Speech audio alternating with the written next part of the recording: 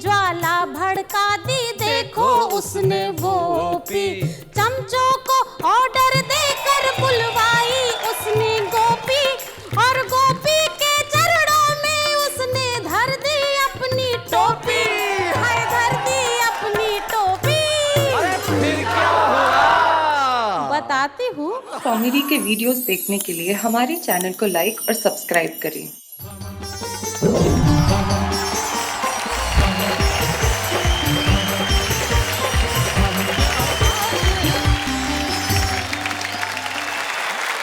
तो हमारे साथ हमारे सभी मित्र आज यहाँ एकत्रित हैं जो इस दिवाली एपिसोड में ऐसा धमाल करने वाले हैं कि आप करोड़ों दर्शक घरों में बैठ के कहेंगे वाह वाह क्या बात है। मैं जानता हूं कि दुनिया में इतने गम हैं, इतने तनाव हैं, इतनी परेशानियां हैं कि वहां सिर्फ एक ही चीज है जो आपको गमों से निजात दिला सकती है और वो है कविताएं। और आपकी खुशी को बढ़ाने के लिए मैं चाहता हूं कि असरदार प्रारंभ हो, और असरदार प्रारंभ के लिए हमारे पास सरदार तुक तुक है। तो जोरदार तालियों से हम स्वागत करें सरदार तुक तुक का।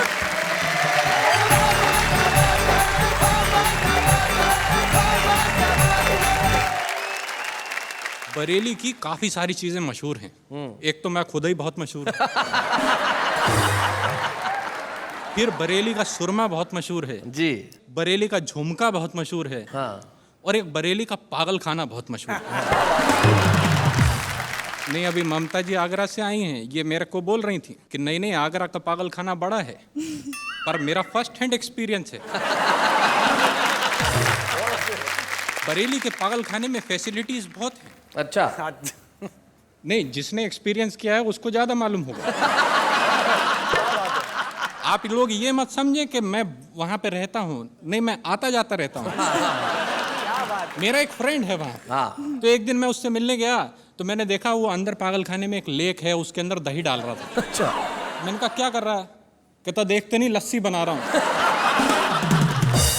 मैंने कहा इसीलिए लोग तुझे पागल बोलते हैं, इतनी सारी लस्सी तेरा बाप पिएगा?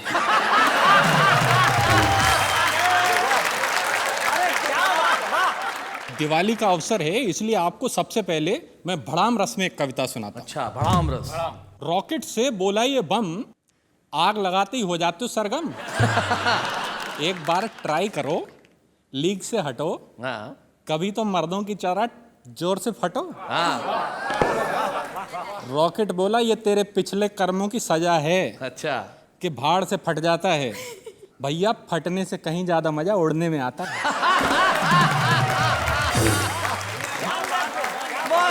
इस डिस्कशन में पकड़ा जोर, ढेर सारे पटाखे इकट्ठे हो गए चारों ओर। बम बोला मेरी आवाज से जग हिलता है। रॉकेट ने कहा मेरी आभा से नभ खिलता है। इतने में ही एक फुलझड़ी आई। हाय हाय हाय हाय। उसने दोनों की पूंछ में आग लगाई। 2 पल में सारा डिस्कशन सिमट गया। एक बेचारा हवा में उड़ गया, दूसरा वहीं पड़ा पड़ा फट गया।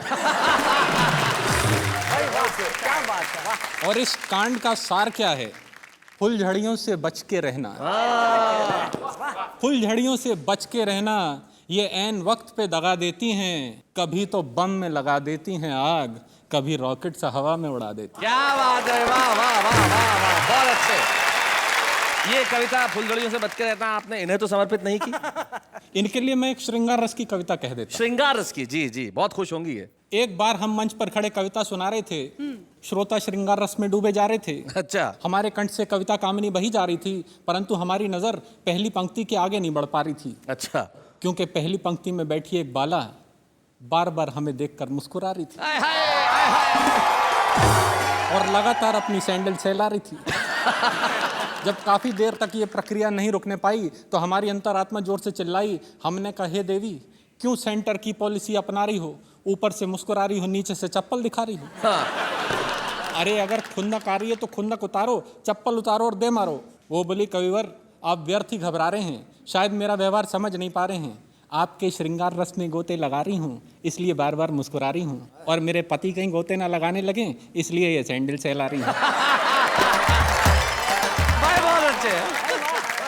पसंद आई आपको? हाँ, बहुत अच्छी है। दूसरी वाली आपको नहीं समर्पित करूंगा। नहीं कीजिए, नहीं, बड़ी मैंने स्पोर्टिंग है।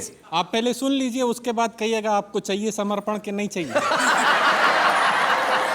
एक बार हास्य कवि सम्मेलन में जब हमने श्रृंगार की कविता सुनाई तो एक कवित्री हमारे पास आई, बोली जब कविता लिखनी नहीं आती है तो क्यों कविता पे जुल्म ढाते हो? हाँ। मेरी चोटी को भैंस की पूंछ बताते हो? और ये कविता तुमने किस मुहूर्त में रची है? मेरी उपमा देने को भैंस ही बची है। मैंने कहा देवी जी, मुझे अभी अभी आपके दिमाग में बसी गलतफहमी दिखी है। मैडम, ये कविता मैंने आप पे नहीं भैंस पे लिखी है।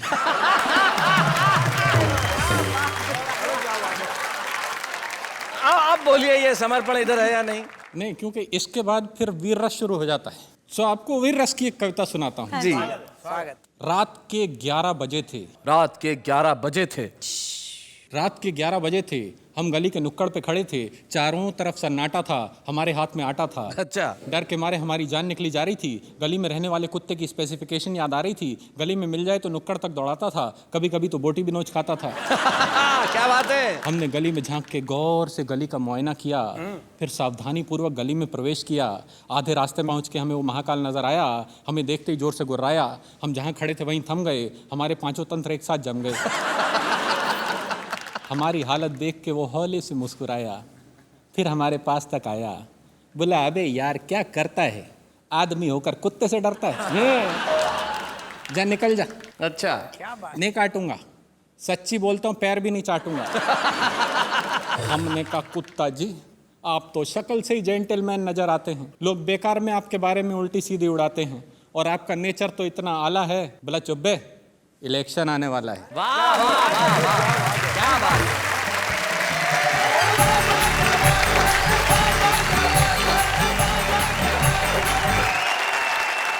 बहुत बढ़िया, बहुत बढ़िया, बहुत बढ़िया भाई तुक जी, आपने कमाल कर दिया। आपकी कविताओं में सिर्फ हास्य नहीं था, व्यंग्य की धार भी थी, और आपने जिस सहज ढंग से कविताओं को सुनाया, और सबसे बड़ी चीज जो बरेली वाला भाषा का टच था।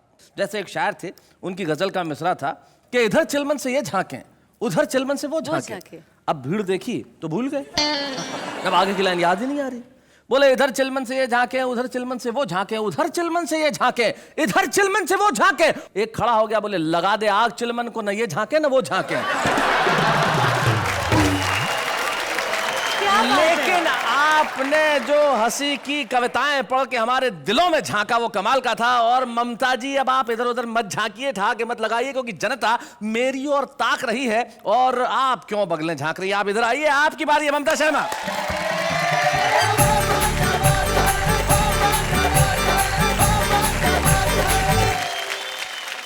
दिवाली नजदीक आ रही है। देश में नेताओं की जो स्थितियां हैं उस पर एक मेरी पैरोडी है, आपके बीच पढ़ती हूँ जी। कि नेता गिरा रे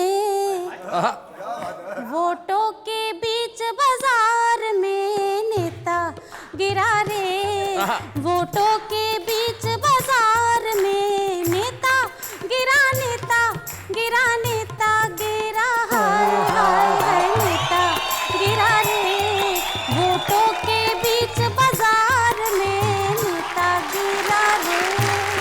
पंक्तियां देखेगा कि आए नेता 5 बरस में घर में चोरी चोरी, आए नेता 5 बरस में घर में चोरी चोरी, जनता से बोला जितवा दे खेलेंगे फिर होरी, जनता बोली वोट तो ले ले राहत दे दे थोड़ी, जनता बोली वोट तो ले ले राहत दे दे थोड़ी, अरे लेकर वोट कसाई ने भर लीनी खूब तिजोरी, भर लीनी खूब तिजोरी। फिर क्या हुआ?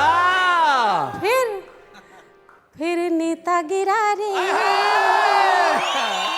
कि नेता गिरा रे नोटों के फुल अंबार पे, नेता गिरा रे नोटों के फुल अंबार पे, नेता गिरा रे वोटों के बीच बाजार में, नेता गिरा रे।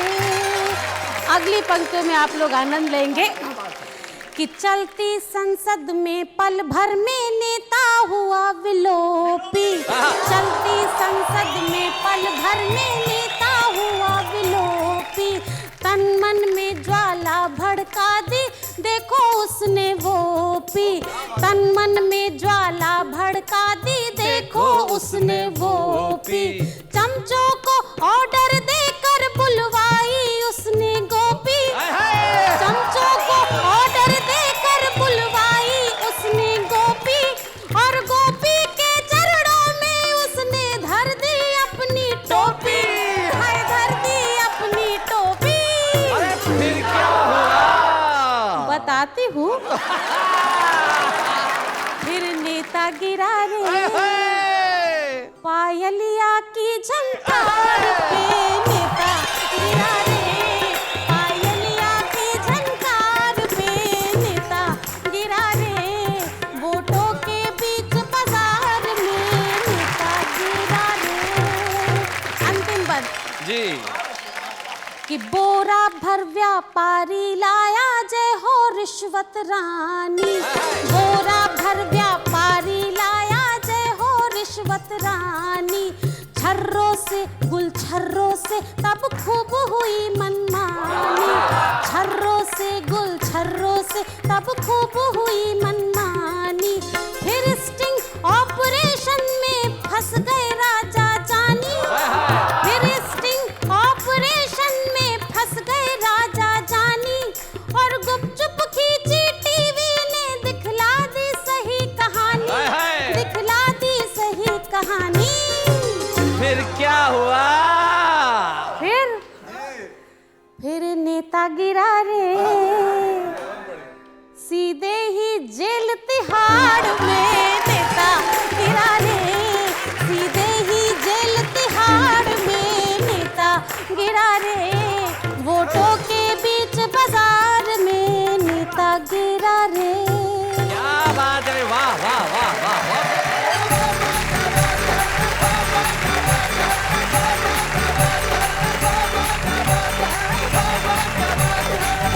क्या बात है ममता जी, भाई आपने कमाल कर दिया। सिर्फ दो ही शेर मुझे याद आते हैं। मुनव्वर राणा साहब यूं कहते हैं कि हम कुछ इस तरह तेरे चेहरे के दीदार में खो जाते हैं, हम कुछ इस तरह तेरे चेहरे के दीदार में खो जाते हैं, जैसे बच्चे भरे बाजार में खो जाते हैं। क्या बात है, वाह वाह। जैसे बच्चे भरे बाजार में खो जाते हैं। और जो अगली बात इस देश की सच्चाई की, मेरी खुददारी ने किया है एहसान मुझ पर, वरना जो जाते हैं दरबार में खो जाते हैं।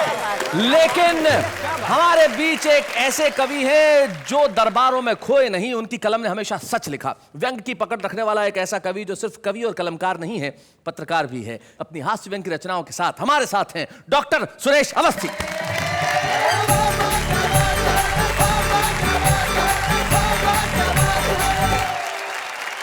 पहले मैं प्रेम को परिभाषित करने की कोशिश करता हूँ। और अब तो आप परिभाषित ही कर सकते हैं।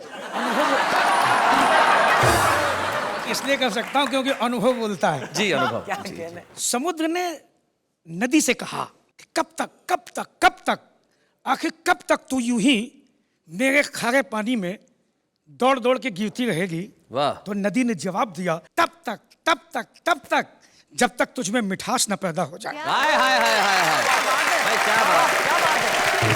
सेम यही चीज संजय झाला के साथ हुई थी।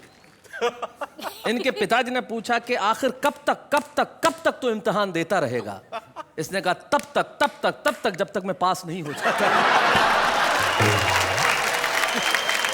अभी पिछले दिवाली को हमने हिंदी में पीएचडी की तो डॉक्टरेट को उपाधि मिली।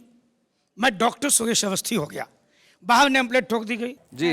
और घटना यूं घटी कि नाम के आगे डॉक्टर लिखा देखकर एक नेताजी भी गच्चा खा गए।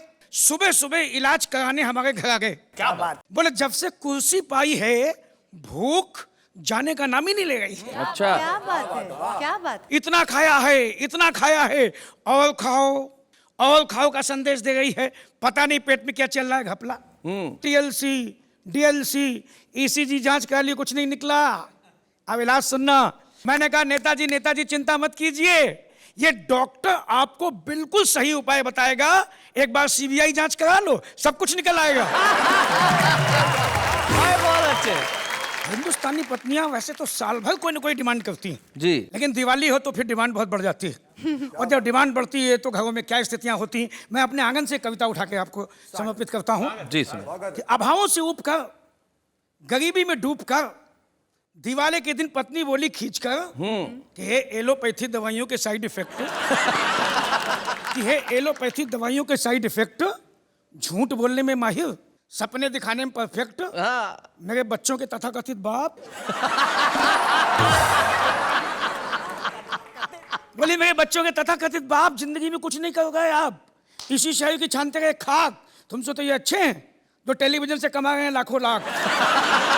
इसलिए कोई भी रास्ता अपनाओ, टेलीविजन में जाओ, एक अच्छे पति नहीं बन पाए, कम से कम करोड़पति बन के दिखाओ। भाई बहुत बढ़िया डॉक्टर। तो मैंने कहा है मेरी जिंदगी के कुकर की सनसनाती हुई सीटी, रातों की ट्यूबलाइट दिन की अंगीठी। क्या बात है। मुझे मालूम है कि कविताएं सपनों को हकीकत नहीं बना सकती। वाह वाह वाह। वो बेटियों का दर्द चाहे जितना गा लें, लेकिन उनके लिए दहेज का सामान नहीं जुटा सकती। भाई वाह वाह वाह, क्या बात है भाई, बहुत खूब। और ये वीर रस की कविताएं मंचों पर चाहे जितना आग लगाएं, लेकिन घर का बुझा हुआ चूल्हा नहीं सुलगा पाती हैं। और ये हास्य व्यंग की कविताएं भरे पेट वालों को चाहे जितना हंसाएं, लेकिन भूखे बच्चों के चेहरों पर मुस्कुराहट तक नहीं ला पाती। क्या बात है, वाह वाह वाह वाह, क्या बात है, बहुत बढ़िया।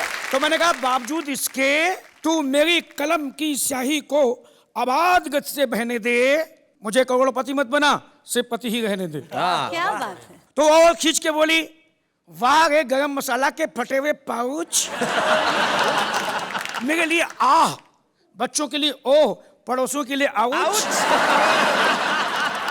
जरा सोच के देखिए कि गरीब पति कितना निरीह होता है, उसके गरीबी के नाम पर पूरा परिवार 8-8 आंसू होता है। वाह। और जरा सोच के देखिए, पति शब्द से पहले कहीं करोड़ शब्द जुड़ जाए हाँ तो आदमी अचानक बड़ा हो जाता है, वाह वाह। और उसके पहले कहीं राष्ट्र शब्द लग जाए तो पूरा देश हाथ बांध के खड़ा होता है। क्या बात है, वाह वाह वाह, बहुत अच्छे।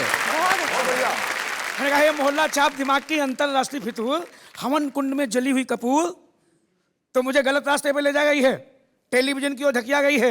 मैं तेरे बहकावे में नहीं आऊंगा, करोड़पति बनना होगा तो टेलीविजन में क्यों, राजनीति में जाऊंगा। हाँ वाह वाह वाह, क्या बात है।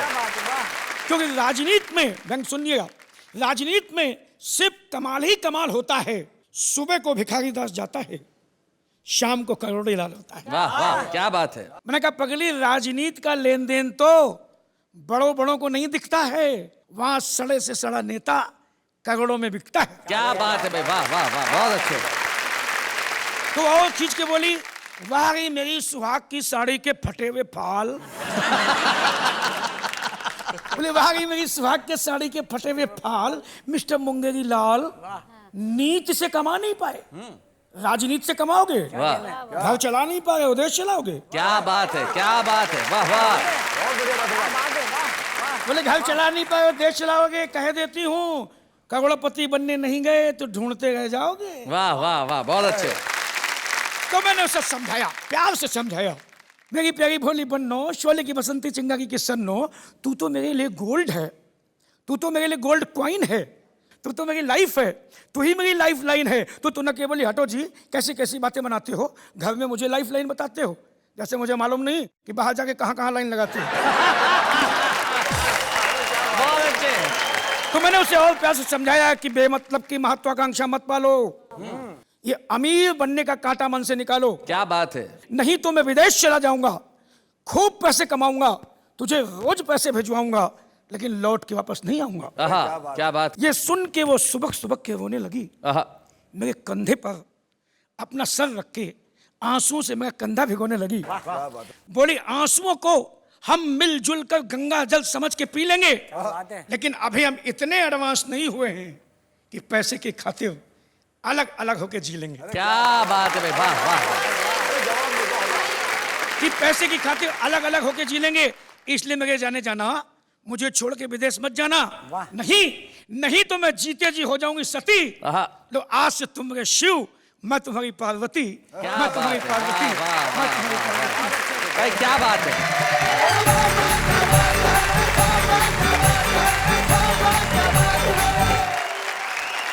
क्या बात है डॉक्टर साहब, सुहाग की साड़ी के फटे हुए फॉल, गरम मसाले के पाउच, हाँ? मेरे लिए आह, बच्चों के लिए ओह और पड़ोसियों के लिए आउच। ये पड़ोसियों के लिए आउच क्यों है? हाँ, मैं अपनी पत्नी के साथ अपार्टमेंट में चढ़ रहा था जी। पड़ोस के अपार्टमेंट में झगड़ा होने की आवाज आ गई थी। अच्छा। पति पत्नी दोनों झगड़ गए थे। मेरी पत्नी मुझसे कहा कि देखिए दोनों लड़ गए, एक बार आप वहां जाते क्यों नहीं? मैं गया था इसके पहले 2-3 बार, ये उसी का नतीजा है। क्या बात है भाई डॉक्टर सुरेश अवस्थी। लेकिन जिस तरह से बताया कि करोड़पति बनने के लिए राजनीति में चले जाइए, तब मुझे माणिक वर्मा जी की सिर्फ एक पंक्ति याद आती है। वो कहते हैं कि समय समय की बात है और समय समय का योग, लाखों में बिकने लगे 2 कौड़ी के लोग। चलिए इसी बात पे मैं भी आपको पूछ रही हूँ कि आप जी। दिवाली में करने क्या वाले हैं? मैं और वो, हम दोनों मिलकर सफाई करने वाले हैं। मैं समझी। जी। वो कौन? वो यानी कि मेरी गर्लफ्रेंड, और हम दोनों मिलकर सफाई करने वाले हैं। हाँ हाँ, दिवाली में तो सफाई घर की होती है। नहीं नहीं, इन दोनों को अलग अलग सफाई कर रहे हैं। मैं घर की सफाई कर रहा हूँ, वो शॉपिंग करके मेरी जेब की सफाई कर रही है। ये बताइए जी। कि दिवाली के दिनों में आपने कभी शरारतें की है? बचपन में? अरे बहुत बहुत की है। जैसे कि? नहीं नहीं, बता नहीं सकता। बता दीजिए ना, घर के ही लोग हैं। अरे पर टीवी पे जो देख रहे हैं उनको मालूम पड़ जाएगा कि बचपन में उनके घरों के दरवाजे पे पटाखे छोड़ के मैं ही भागता था। बड़े छुपे रुस्तम थे। ये तो मेरे मोहल्ले की लड़कियां भी कहती थी। नहीं नहीं, लेकिन आज अब हमारी बारी है ये बताने की हमारा छुपा रुस्तम कौन है। हमारा छुपा रुस्तम जो आके यहाँ कविताएं सुनाएगा। ममता जी, आप ही के शहर से बुलाया है हमने हमारा छुपा रुस्तम। आप आगरा से हैं तो हमने सोचा चलिए आज आगरा ही सही। पवन आगरी।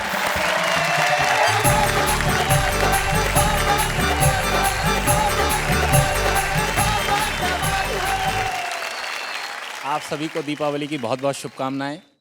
शैलेश जी हमारे बड़े भाई हैं। मैं आज जो भी कुछ हूँ इनकी वजह से हूँ। मैं और भी आगे जा सकता था लेकिन उन्होंने जाने नहीं दिया।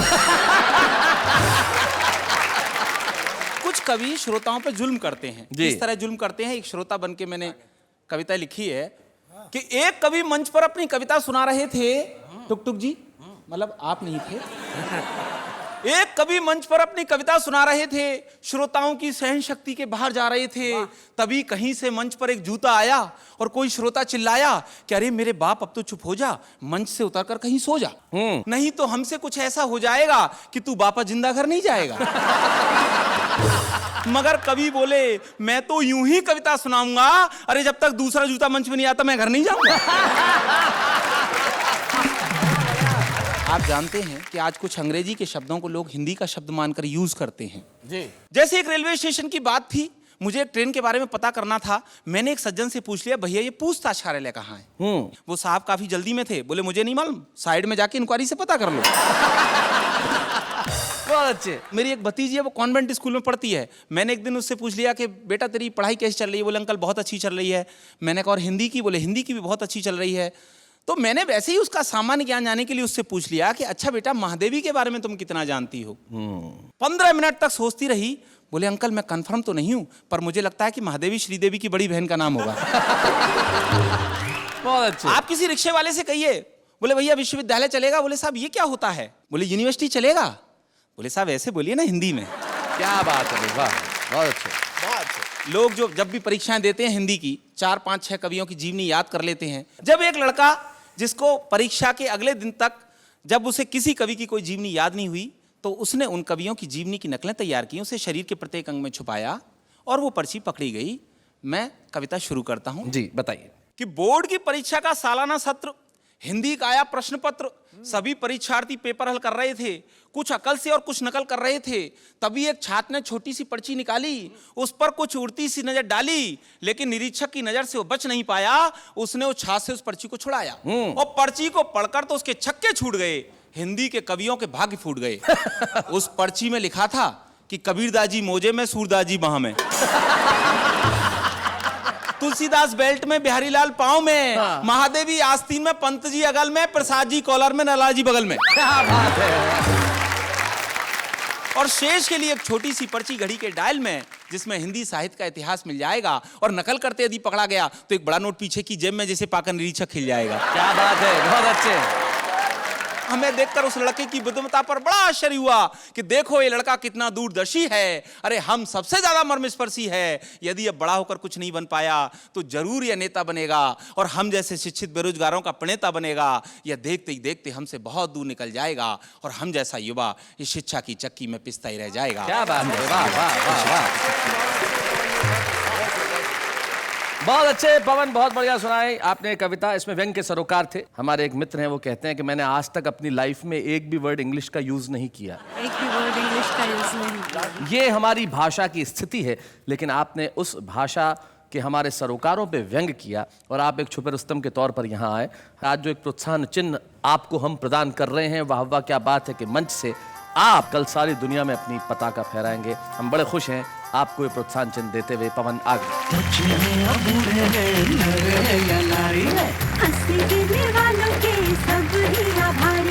कविता सुनाने वाले अब सबके साथ एक साहब एक साइकिल की दुकान पे गए और वह जाके कहने लगे कि मेरी द्विचक्र वाहिनी के अग्र चक्र में वायु का प्रवाह अत्यल्प हो गया है, कृपया अपने वायु ठूसक यंत्र से इसमें कुछ वायु प्रवाहित कर दें। उसे सिर्फ इतना सा कहना था, हवा भर दे। बल्ले बल्ले करने गुरुचरण सिंह यानी कि आपके अपने सोढ़ी।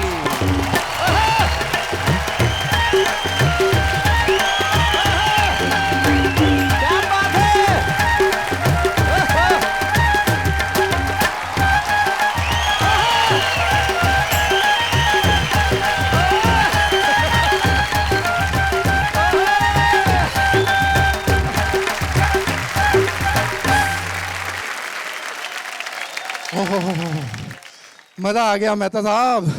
क्या बात। चले जी, ओ दिल खुश कर देता। आपने जिस तरह से उठाया, अच्छा हुआ ये डांस करने नहीं आई। ओ यार पहले बोलते अभी आ जाते हैं, इतने क्या। ओ मेहता साहब बड़े हैंडसम लग रहे हो तुसी। अंजलि मेहता जी बड़े सोने लग रहे हो तुसी। असल में आपको कहना इन्हीं को था, मेरा तो सहारा लिया आपने। क्या बात कर रहे हो यार, जो सच्चाई है वो बोलनी पड़ती है। और इतने बड़े जो हमारे बीच में कवि हैं, आप सबका भी शुक्रिया। और मेहता साहब क्या इज्जत बख्शी आपने मेरे को। नहीं, मैंने तो आपको इज्जत बख्शी, अब आप मेरी भी इज्जत रख लेना। ओ मेहता साहब तुझे बिल्कुल चिंता ना करो यार, ओ मैं आपकी इज्जत रख लूंगा। क्या है ना, मेरे गैराज के जितने भी स्पेयर पार्ट्स हैं, हाँ। वो सब घोल के फर्स्ट क्लास कविता लेके आया हूँ। चलो जी, करो तुम्हारी कविता दी जीप स्टार्ट। और ये कविता की जीप स्टार्ट आपको पसंद आएगी और नहीं पसंद आएगी तो मेरा क्या बिगाड़ लोगे भाई। तो सुनिए, एक राज की बात है। सॉरी सॉरी सॉरी, वो राज की नहीं गैराज की बात है। लोगों ने मुझसे कहा, ओए सोडी प्रा क्या आप दिवाली मनाओगे?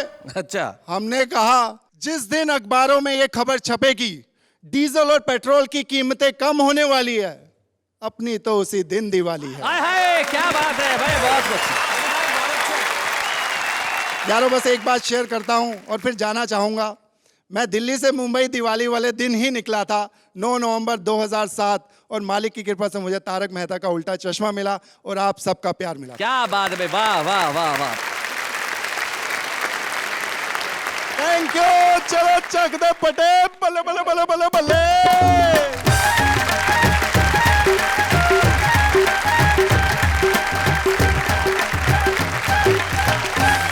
तो गुरुचरण सिंह ने कहा कि वो दिवाली के दिन दिल्ली से निकले और आज दिवाली का एपिसोड को खास बनाने आ गए। इसे कहते हैं ईश्वर की मेहरबानी जो हम सब पे बनी रहे। लेकिन कुछ खास लोग ऐसे होते हैं जिन पे माँ सरस्वती की मेहरबानी होती है, कृपा होती है। हमारे साथ हमारे एक ऐसे ही कवि मित्र हैं जिन्होंने पिछले कई वर्षों में सिर्फ कविताएं नहीं लिखी, बहुत सफल पत्रकार भी रहे हैं। हम सम्मानित करना चाहते हैं आज इस मंच पे डॉक्टर सुरेश अवस्थी।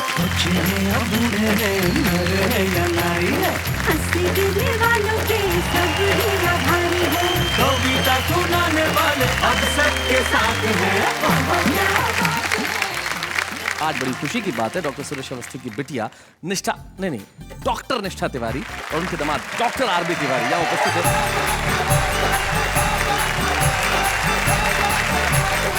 एक ही घर में इतने डॉक्टर, फिर कोई मरीज तो होता ही नहीं होगा।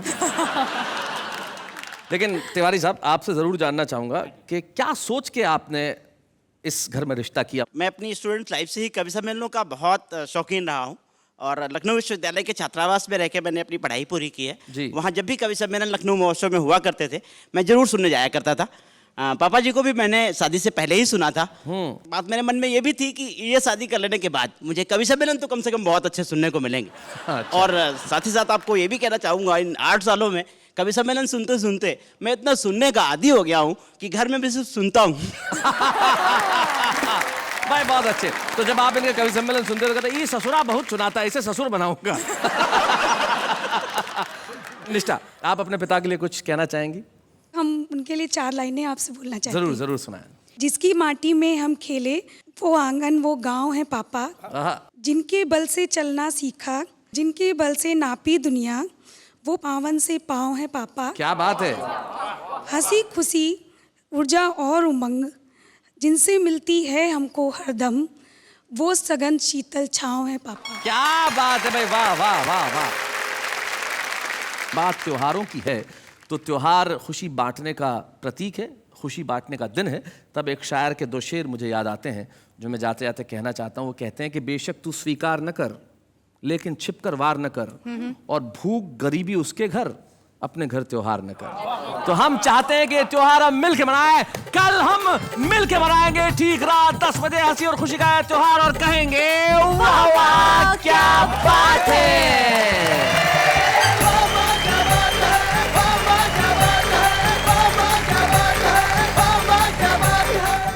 कॉमेडी के वीडियोस देखने के लिए हमारे चैनल को लाइक और सब्सक्राइब करें।